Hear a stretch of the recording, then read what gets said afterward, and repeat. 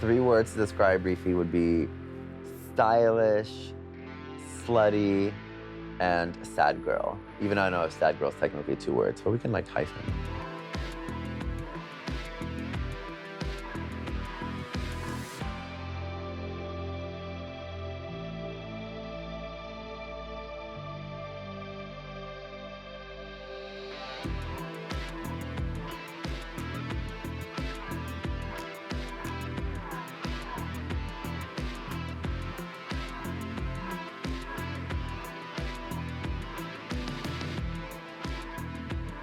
Standard Rify day is I get up at like 11, because you know we work till like 3 or 4. I don't have a day job, so I'm gonna wake up whenever the fuck I want. Can we say fuck? fuck.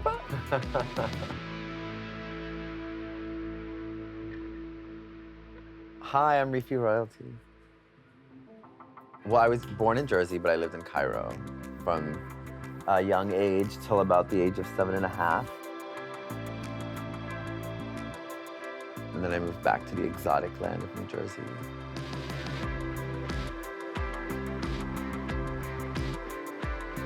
I grew up in a mixed-race household. My mom's white, my dad's Egyptian. So I was raised eating mac and cheese and falafel. It was very, very right in the middle. I was raised literally very white American and very Egyptian. Jersey City was cold. It was hood as fuck. I went to public schools. But it taught me to be like the person I am today, which is like fending for myself, a little scrappy. Some of my family is aware of my drag career choices.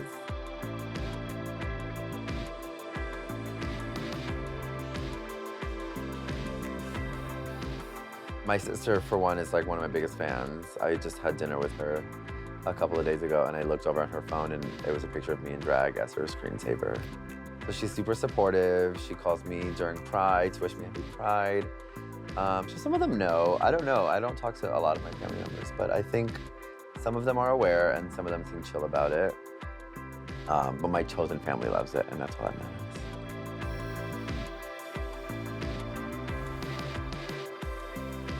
I don't think that my past or that growing up Arab or Muslim has affected my drag in any way because I'm so estranged from that. I'm not practicing anything.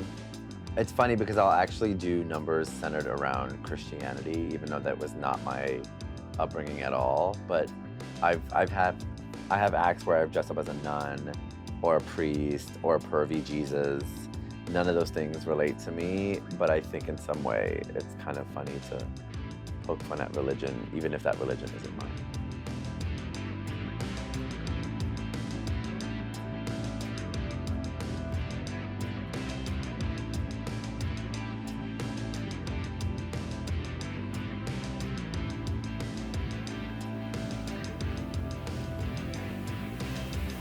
Sharif and Rify aren't that much different. I mean, everyone calls me Rify even out of drag, but I would say out of drag self is definitely less confident. Like, I could totally go up to someone at a bar and flirt with them if I'm at a gig because I feel like you're kind of in my space and I'm hosting you, so I feel like all eyes are on me because I'm in drag and you're looking up to me. But out of drag, I could never go up to someone and ask them for their phone number. Like, I couldn't go up to a barista at a coffee place and ask them for their number. Like, that's just like not my thing. I just don't, yeah, I can't. But if that barista was like, oh, I go to your drag shows all the time, you're one of my favorite queens, I'm like, oh, well, here's my number. Weird power play.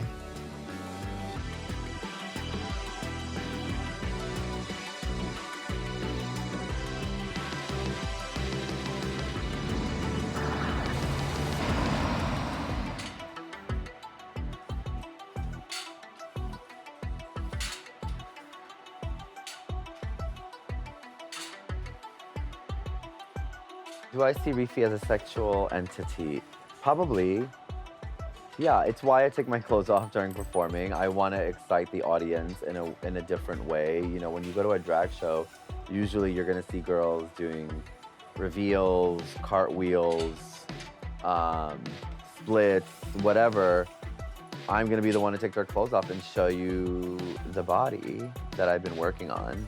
And I understand that like I'm a niche performer because although a lot of drag queens may work out, I understand that not a lot of drag queens care to like show off their muscular forms.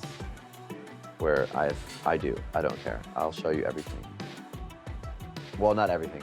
The other stuff is extra.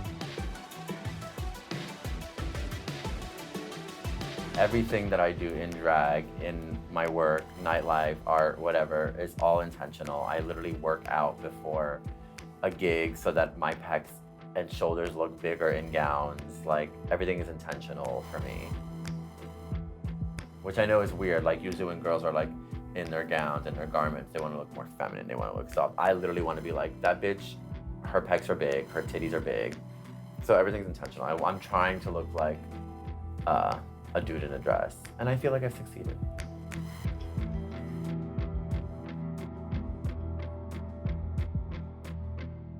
I would say that gender doesn't really affect my drag, but it definitely affects the way people view my drag, because I feel like a few years ago, before I decided to shave my mustache, which I've made a return, but like people made me not tucking facial hair kind of an issue for them, like other drag performers or fans of drag. And I had to explain to them that like drag isn't always about trying to convey other genders. It's just about like what you're feeling, and I'm feeling usually pretty glam in drag, and I feel like gender is not important to be glamorous.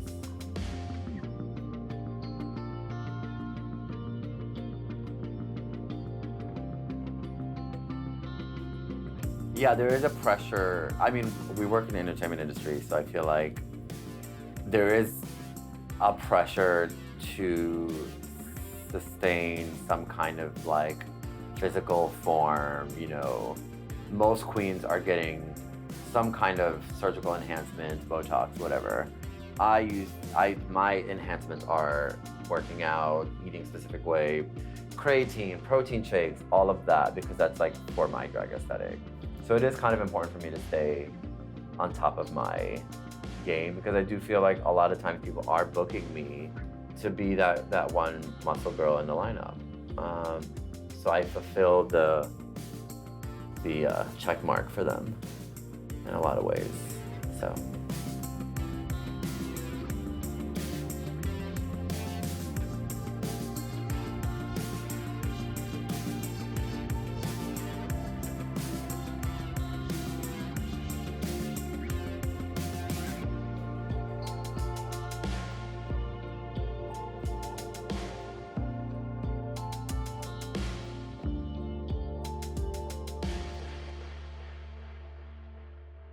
I got my start in drag actually in a high school play. I was in drama. It was my senior year, and we did a musical called Working, which I'd actually never seen before prior to doing it, but it's apparently a popular musical. And there was a role in it for a character, and I think the character was written in the script as Roberta. And I was like, this is not fabulous at all, Roberta. I'm sorry to any Robertas out there, but Roberta's not a fabulous name. So I auditioned for that role. I asked my drama teacher, I'm like, can I audition for this role? It was, she was a sex worker. She was like a street walking woman named Roberta. And I was like, I kind of want to audition for this. And I changed the name to Champagne, which this is like a copywritten play, but it's a high school play, so whatever, we changed it. And I put on heels, and one of my friends was a makeup artist at Mac, and so he did my makeup. It was like very gender fucky drag, but it was drag. I was in heels, I was in makeup, so that was the very first time, and I was a senior in high school.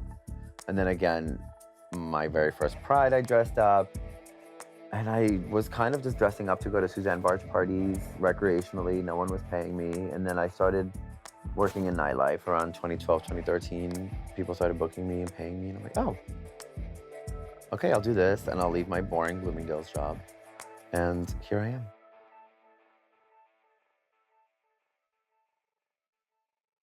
Well, first time drag Rify was someone else. Rify started coming into their own as a like booked persona in 2013, and the makeup was bad intentionally.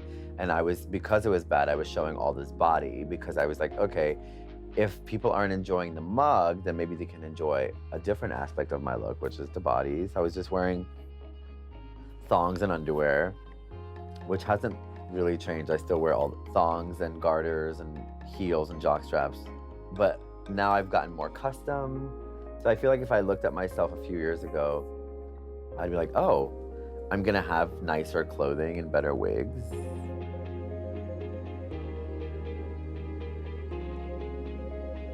The Brooklyn drag scene it kind of changed, you know? There was this era that I entered, which was the era of like Macy Rodman, Aja, Mary Cherry, Untitled, like where all those people were kind of like taking over. The newer generation is a bit different. There's a level of polish and a level of interest of being on television that the era that I was a part of didn't really have the need for that so much. So things have changed. Brooklyn drag went from being like super punk rock and like edgy to more glamour girls, more, I hate to use the word fishy, but that would kind of apply. But there's still a level of punk rock there. It's like if you go to a Manhattan drag show, you're gonna see 12 queens doing Defying Gravity from whatever fucking musical that is, which I hate, by the way. But if you go to a Brooklyn drag show, you might see some like City Girls or some like Grimes or just good old classic drag. You might see some Shirley Bassey, like me.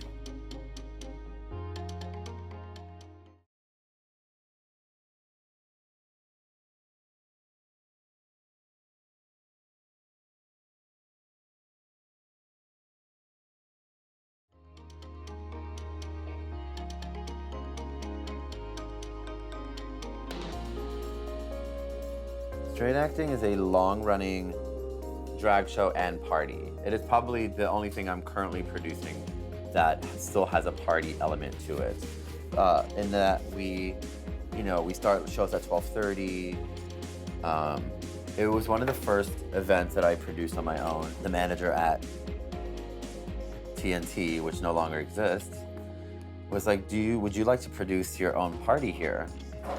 And immediately I kind of automatically knew how I wanted to brand it, which was that we would make fun of like mask for mask culture. And I was like, okay, what if I called it mask for mask? And then I was like, that's too generic. So straight acting kind of seemed to fit the bill. I was actually gonna call it No Femmes, but I was like, that might offend some people who don't know that I'm trying to be like tongue-in-cheek about this. So then I started calling it straight acting. And there was no flyer. The first few that we did, I would change my Grindr profile to a picture of me in drag, and I would do like 4 or 5 profiles on my account of the guest performers and DJ, and it would literally, that was the flyer. We would just like screenshot the Grindr like layout, and it would say straight acting, and that's how we would promote. And then we started getting posters and things like that. But that party was kind of originally designed for like gender fuckery and burlesque and, you know, boys who want to put on heels for a night. And it kind of shifted over to being a more traditional style drag show. But I still take pride in booking a diverse group of performers. So one of my favorite performers, well, my sister Amber Alert, she was like one of the first people to ride with me when I first started straight acting, and she does the flyers for me sometimes, and she's probably performed the most out of any guest that I've had. She's like my Pamela Anderson, right? Because Pamela Anderson has done like more covers in Playboy than any other girl, so Amber's done more straight acting than anyone else. I would say Aquaria, we've had Aquaria a bunch when it was at TNT and when it moved to Metro. So Aquaria was like probably the youngest performer that I've had, and she was just like full of life, and I was like, can I perform? I was like, absolutely, you have to. So obviously Aquaria. We used to have a lot of burlesque. Any of the burlesque performers that have come through, Miscellaneous Dumb Top, Nick's Nocturne, Apathy, have all been really stellar. Sasha Velour's joined the lineup a bunch as well. Yeah, I mean, I try to curate a fully realized show for everyone to enjoy, that where everyone feels maybe a little represented.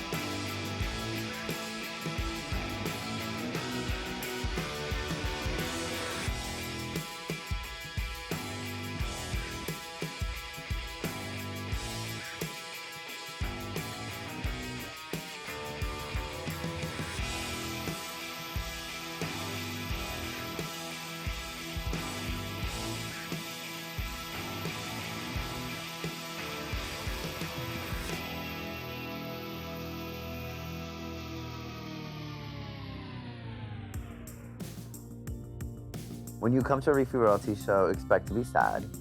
I love performing sad girl shit. Lana Del Rey is like my go-to, you know, Kate Bush. Yeah, definitely sad girl, which is weird. I don't know. I am particularly very sad, I feel like, and just in general. So you can expect to be sad or see a lot of body. I'm gonna be very dry on the mic, but you're gonna laugh because you feel uncomfortable. And that means I've done my job. So tonight we have Suburbia performing. Suburbia used to actually do the door for straight acting. We have a Manhattan babe, which doesn't happen all the time, but I love my Manhattan girls. So I booked Kiki Ball Change. And we have Robin Edges. It's a nice diverse group of queens tonight.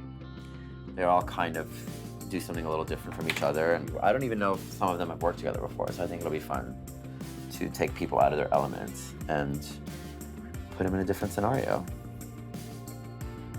Yeah, when I first started, you know, coming out into the scene and doing drag, Thorgy was one of the first people to book me in Manhattan.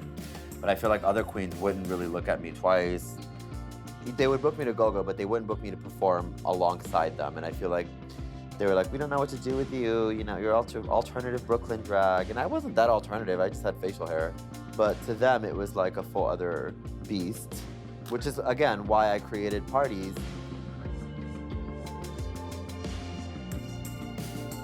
Years ago, I remember being at the Brooklyn Nightlife Awards, and I think it was Murray Hill who won, the Legends Award or something like that.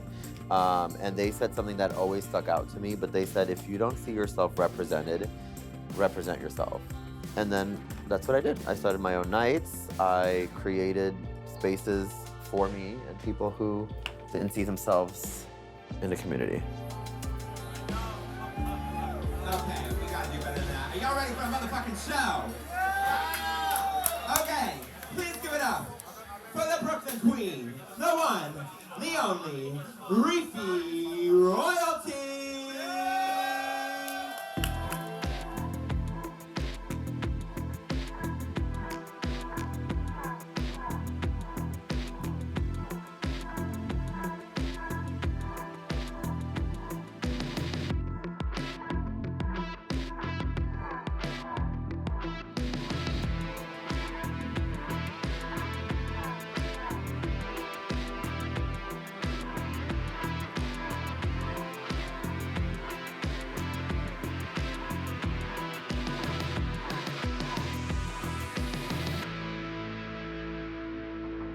I do love a slow song. I'm not a high energy performer. My body doesn't bend that way. I'm not flexible.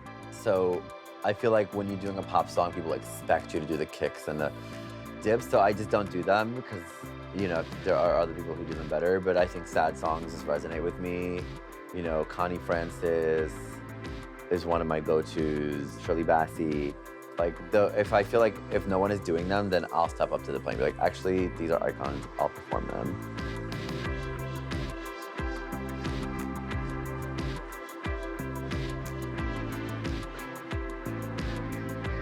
Best way to describe like slutty and sexy as one is that opening scene from Grindhouse when Rose McGowan is dancing on the pole. She's like a pole dancer, she's a stripper, but she's crying at the end of it. That is literally me. I'm like showing skin, but instead I'm crying. It's like the best way to describe it.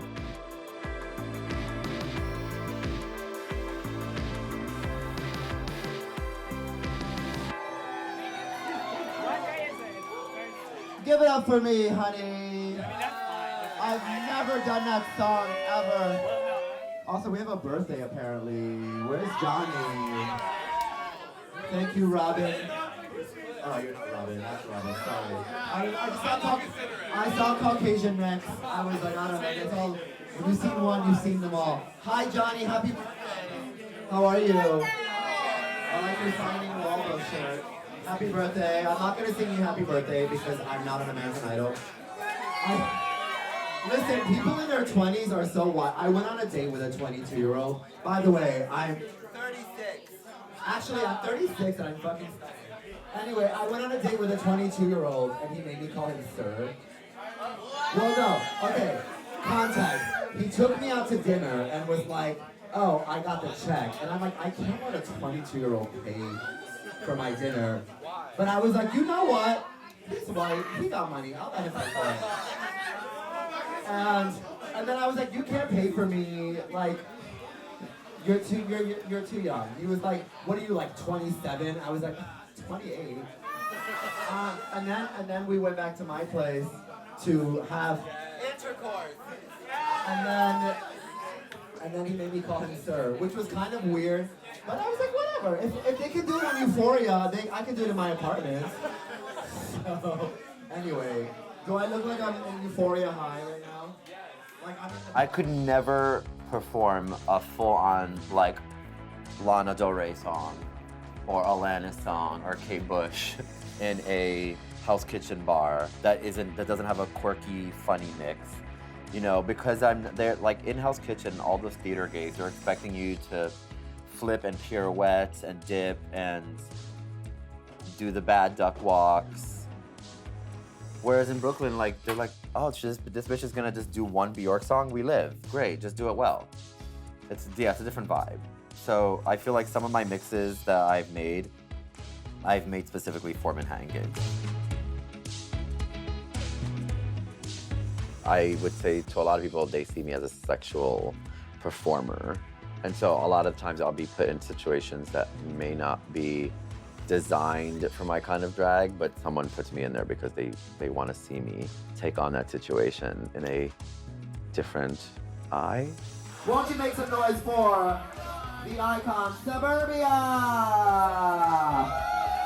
Yeah, I think drag has done a lot for queer people. You know, even during COVID, I mean, people were coming out and being like, thank you so much for this. I needed this. I needed to leave the house. I needed to see drag. I needed to, you know, everyone was sick of watching TV, and I feel like people needed live performance. So even if it's in a very small way, drag can be that thing that makes people feel good about themselves or makes them question things that they might have been feeling that they couldn't quite vocalize before.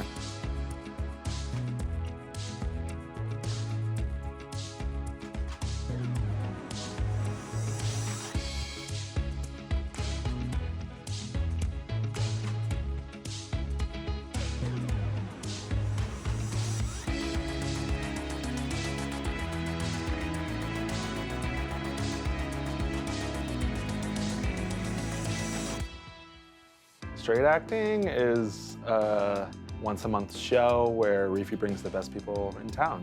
It makes you wander, it makes you celebrate yourself. That's a Rify thing.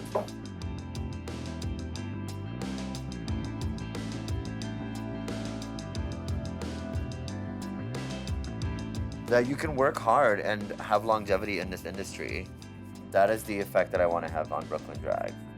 Longevity, hard work, perseverance, and a love for what you do and a love for your community, to be honest. And I don't think that anyone can ever doubt my love for my community.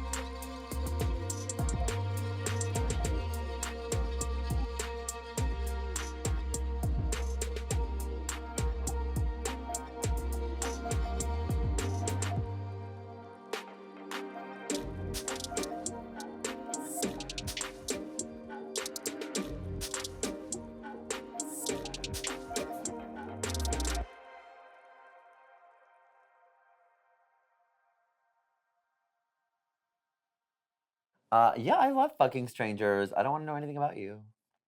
So there's that. Cameraman.